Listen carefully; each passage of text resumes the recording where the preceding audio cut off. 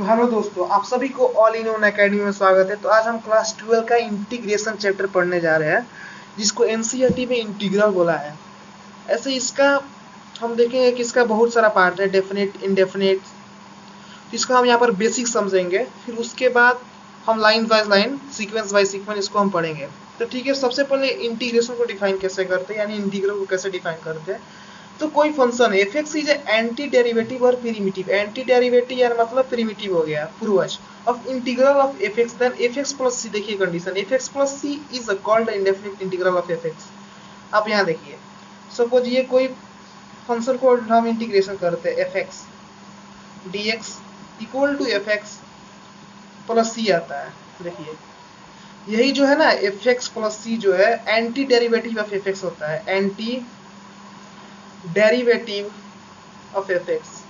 आप छोटा सा टर्म याद रखिए कि किसी चीज का अगर हम डिफरेंशिएशन करते हैं तो जो वैल्यू आता है उसका रिवर्स होता है इंटीग्रेशन। क्या होता है? रिवर्स होता है इंटीग्रेशन, यानी anti derivative of f x माने जस्ट उल्टा। प्रिमिटिव क्या होता है? पूर्वज होता है, तो यहाँ पर प्रिमिटिव से बोला गया, डिफाइन किया गया है। अब देखिए एफ एक्स क्या होता है, एफ एक्स जिसका हमें इंटीग्रेशन करना होता है, of which integral is to be find out, जिसका फाइंड आउट होता है। dx क्या है? dx वेरिएबल है भाई इसमें। तो वेरिएबल, कोई वेरिएबल होता है जिसके रिस्पेक्ट में हमें इंटीग्रेशन फाइंड करना होता है। ठीक है, एफ एक्स प्लस सी क्या है? Anti derivative of f x हो गया, ये तो समझ गए। देखिए सी क्या होता है? सी जो होता है ना, कांस्टेंट होता है, कांस्टेंट ऑफ इंटीग्रेशन होता है। ठीक, तो यहाँ पर आप सभी को मैंने बताया कि किसी चीज का integration F x plus D x, मतलब कोई फंक्शन है उसका इंटीग्रेशन करते हैं तो एफ एक्स प्लस सी एक जनरल ऐसा आता है। तो anti derivative of f x, anti derivative of x यहाँ पर आता है, यानी कांस्टेंट ऑफ इंटीग्रेशन इसको कह सकते हैं। यानी सी को कांस्टेंट ऑफ इंटीग्रेशन कहते हैं। और एफ एक्स जो है जिसका हमें इंटीग्रल फाइंड आउट होता है, जिसका हमें निकालना होता है। डी एक्स क्या है? इसका वेरिएबल होता है। ठीक है, तो इसका हम बेसिक कुछ रूल पढ़ लेते हैं, ध्यान से देखिएगा आप लोग। इसके बेसिक से हम पढ़ेंगे कि कैसे किसी चीज का हम इंटीग्रेशन निकाला जाता है उसका। जैसे आपने डिफरेंशिएशन में पढ़ा, आप सभी को मैंने बताया था बेसिक, उसी तरह से यहाँ से भी स्टार्ट करते हैं। देखिए ये आपका एक्स एन डी एक्स हुआ, मैंने बताया था ना, इसका निकालना है, ये वेरिएबल हुआ।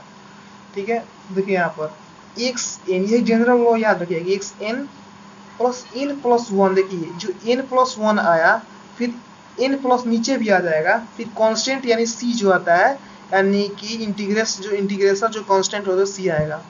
ठीक है, एक याद रखिएगा लो, यही बहुत इंपॉर्टेंट चीज है, इससे अधिकतर क्वेश्चन बन जाएगा, मतलब बेसिक क्वेश्चन बन जाएगा, इससे अप्लाई होगा, इसी से फॉर्मूला वो निकलेगा।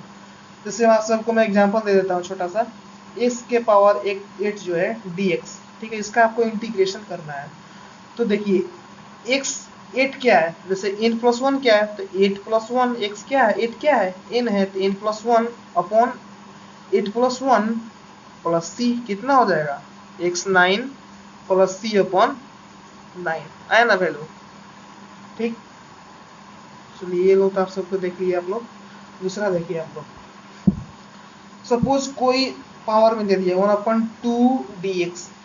देखिए यहाँ से, तो सबसे पहले क्या करिए, जो फॉर्मूला ने मैंने बताया एक्स एन डी एक्स, जो फॉर्मूला होता है x n plus one upon n plus one, numerator में जो होता है पावर उसको डिनोमिनेटर से डिवाइड होता है। ठीक है, अब सी जो है कांस्टेंट आ जाता है, तो 1/2 है। तो भाई यहाँ पर देखिए आप लोग, तो क्या होगा यहाँ पर एक्स 1 प्लस 2, अगर 1 इसमें जोड़ देते हैं, 1 तो जोड़ना ही है, अगर नहीं जोड़ना ही है, इसमें फॉर्मूला है, अपॉन यहाँ पर देखिए, यहाँ पर जोड़ के जो आया यहाँ पर वैल्यू, अब देखिए यहाँ पर दिखा देता हूँ मैं आप सबको। तो x अगर हम जोड़ते हैं तो कितना आ जाएगा, 3/2 आ जाएगा ना, एलसीएम लेंगे तो 3/2 आ जाएगा, अपॉन जो 3/2 यहाँ पर है, कुछ नहीं करना है, जो थर्ड पार्ट है उसको वहाँ पर लेकर चल जाना है। ठीक है, यानी कितना आ जाएगा, x 3/2, 3 यहाँ पर 2 आ जाएगा। ठीक है, तो ये आपका आंसर हुआ, समझे कि नहीं आप लोग। देखिए चुपचाप ये बेसिक आप लोग याद रखिएगा, कुछ नहीं करना है, चुपचाप बेसिक आप लोग याद रखिए। इसका x n plus one upon n plus one plus c होता है फॉर्मूला, यानी इंटीग्रेशन का। तो यहाँ पर हमने देखा वन एक्स का power one upon two d x है, तो सबसे पहले एन क्या है भाई, तो वन अपन टू है। तो एक्स एन एन में वन प्लस वन जोड़ते हैं हम लोग, वन अपन टू एन जो है तो प्लस वन जोड़ दिए थे, फिर डिनोमिनेटर में जो होगा उसको डिनोमिनेटर से डिवाइड कर देंगे। तो आप लोग यहाँ पर देखिए, ठीक है। तो दूसरा हम क्वेश्चन ले लेते हैं।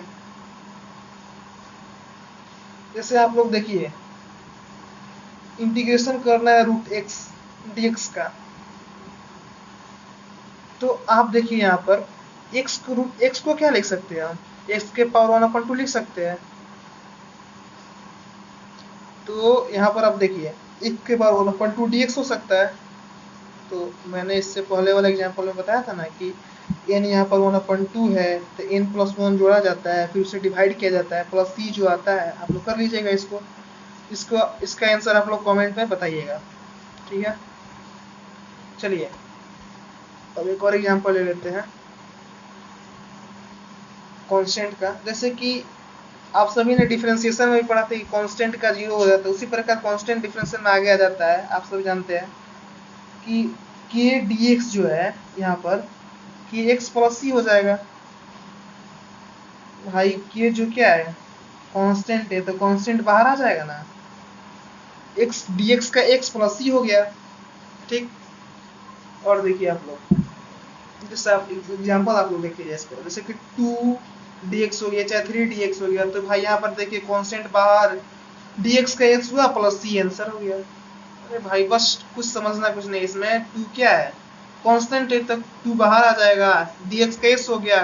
कांस्टेंट तो भाई वो तो आता है ये इंटीग्रेशन में, ये तो भाई पहले ही सबको जानते ही होंगे, ठीक है। तो अब देखिए कुछ ट्रिग्नोमेट्री का देख लेते हैं। जैसे आप लोग एक फॉर्मूला याद रखिएगा, जैसे कि आप लोग देखिए साइन एक्स डीएक्स का इंटीग्रेशन क्या होगा। तो मैं बता देता हूं कि इसका integration cos x plus c होता है। देखिए कैसे होता है, और थोड़ा दिमाग हो गई आप लोग। हमने क्या बोला डेफिनेशन में कि एंटी डेरिवेटिव और प्रिमिटिव यानी कि जस्ट रिवर्स प्रोसेस होता है डिफरेंशिएशन का। तो भाई d upon d x cos x equal to minus sine x होता है, हम जानते हैं। तो अब ध्यान से देखिएगा, ये इसका एंटी डेरिवेटिव, इसका अगर हम डेरिवेटिव लेते हैं तो cos x आता है। तो भाई आप देखिएगा कि यहाँ पर माइनस नहीं लिया जाता है, कभी भी माइनस नहीं लिया जाता, माइनस बिगड़ जाता है वहां पर। तो चुपचाप यहाँ पर देखिएगा डी अपॉन डी एक्स, यहाँ पर लिख देना चाहता हूं मैं कि sine x d x equal to minus cos x होता है, प्लस सी होता है। और मैं बता देना चाहता हूँ कि इसका क्यों नहीं होता है माइनस। अरे भाई इसके अंदर माइनस जब आ जाएगा, इसके अंदर अगर माइनस आ जाता है तो कुछ ऐसे थोड़ी ना इसको डिफाइन किया जाता है। चलिए दूसरा फॉर्मूला देखते हैं आप लोग। उसी प्रकार cos x dx का क्या होगा, sin x प्लस सी हो जाएगा। उसी तरह tan x dx का